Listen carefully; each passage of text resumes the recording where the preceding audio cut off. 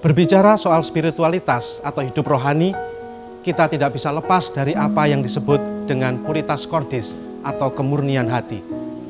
Bahkan kemurnian hati adalah unsur yang sangat esensial dalam spiritualitas Karmel. Karena hidup Karmel adalah perjalanan menuju kemurnian hati.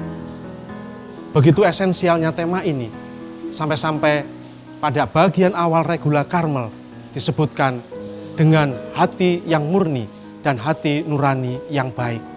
Artinya apa?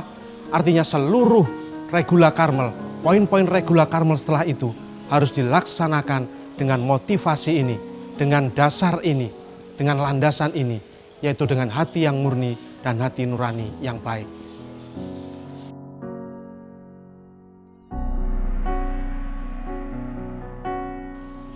Dua hal ini menjadi motivasi, menjadi dasar, menjadi syarat bagi pelaksanaan seluruh pasal-pasal regula sesudah itu.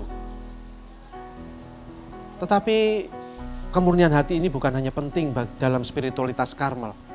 Ini penting juga dalam seluruh spiritualitas hidup kita. Di dalam Perjanjian Lama ditunjukkan bahwa kemurnian hati itu menjadi syarat untuk berjumpa dengan Tuhan. Pemazmur di dalam Mazmur bab 24 mengatakan, siapa boleh mendaki gunung Tuhan, siapa boleh berdiri di tempatnya yang kudus, yang bersih tangannya dan murni hatinya, yang tidak bersikap curang dan tidak bersumpah palsu. Artinya saudara, kita dapat berjumpa dengan Tuhan, kita boleh berdiri di hadapan Tuhan di gunungnya yang kudus kalau kita memiliki kemurnian hati. Yesus sendiri juga menggarisbawahi dan menegaskan hal itu. Dalam khotbah di bukit dia mengatakan, berbahagialah mereka yang murni hatinya, karena mereka akan melihat Allah.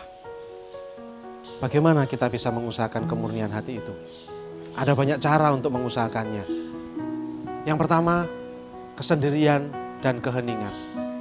Ketika kita sendiri, ketika kita masuk ke dalam keheningan, kita akan lebih mudah untuk melihat, mengikuti, meneliti dinamika batin kita.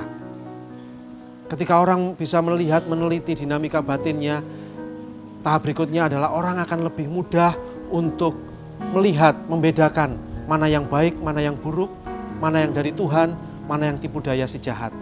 Artinya orang kemudian bisa melakukan penegasan rohani. Orang juga bisa kemudian melihat, memeriksa batinnya untuk memurnikan motivasinya.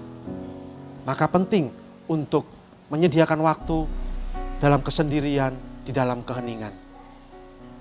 Yang berikutnya penting juga adalah berdoa tentu saja dan juga bergulat, bergaul dengan kitab suci.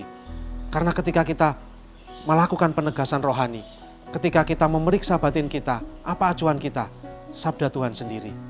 Kita mengerti apa yang Tuhan kehendaki melalui sabdanya. Kita tahu mana yang benar, mana yang salah melalui sabdanya.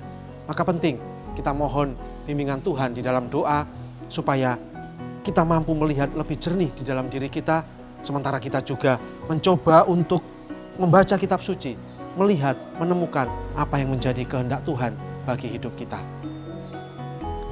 Langkah berikutnya barangkali yang penting juga adalah belajar untuk pelepasan terhadap hal-hal duniawi maupun juga hal-hal rohani. Karena hal-hal duniawi maupun hal rohani, ketika kita lekat dengannya, kita akan sulit untuk bisa mencapai persatuan dengan Tuhan. Hal-hal duniawi maupun rohani itu justru akan menjadi hambatan karena akan mengalihkan perhatian kita dari Tuhan sendiri.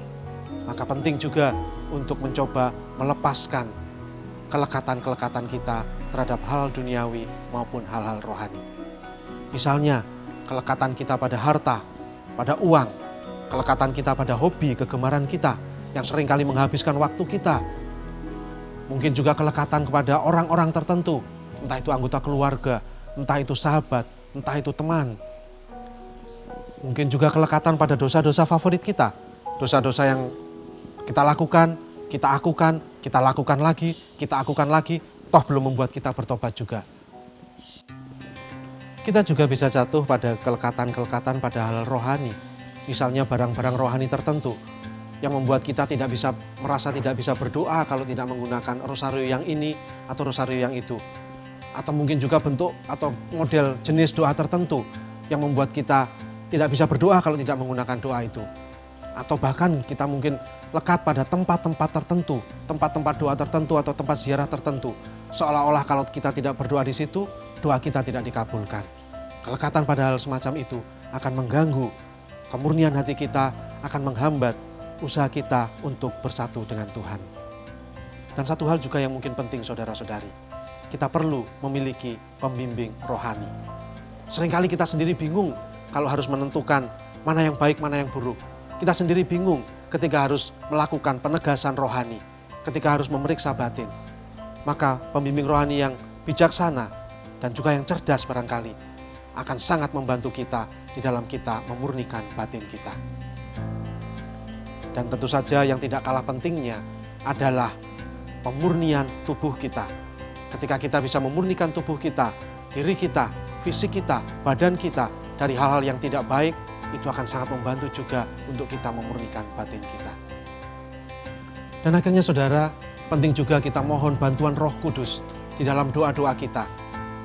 Dan kita juga bisa berdoa bersama pemazmur. Bersihkanlah aku seluruhnya dari kesalahanku, dan cucilah aku dari dosaku. Bersihkanlah aku agar aku jadi murni, basuhlah aku agar jadi putih melebihi salju. Ciptakanlah hati murni bagiku ya Allah, dan baharuilah semangat tabah dalam batin.